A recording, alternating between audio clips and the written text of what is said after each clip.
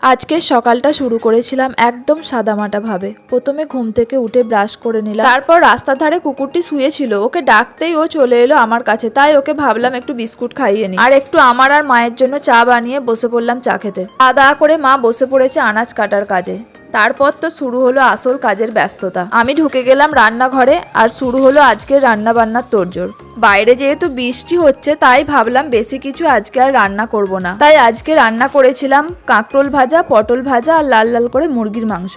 রান্না বান্না কমপ্লিট করে যেই বাইরে বেরোলাম তখনই আমার বরমশাই এসে বলল, বাজার থেকে পমফ্রেট মাছ এনেছি, একটু রান্না করো তো।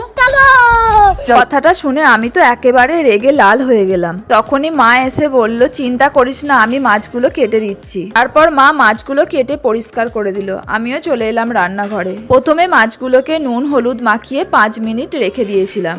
এদিকে একটা কড়াইয়ে সাদা তেল নিয়ে তেলটা ভালো করে গরম করে দিলাম, আর একে একে মাছগুলো সব তেলে ছেড়ে দিলাম। লাল লাল করে ভাজা হয়ে যাওয়ার পর মাছগুলো তুলে রেখে দিলাম। তারপর ওই তেলেতেই দিয়ে দিলাম 5 ফোড়ন। তাড়াহুড়ো থাকার জন্য একসাথে সবকিছুর একটা পেস্ট বানিয়ে নিয়েছিলাম, তাই সেই মশলাটাই ভালো করে কষিয়ে একে একে মাছগুলো দিয়ে দিলাম। এটাই হচ্ছে আমাদের প্রতিদিনের বাস্তব জীবন, ঝামেলা ভালোবাসা, এটাই তো নিয়ে একটা সংসার।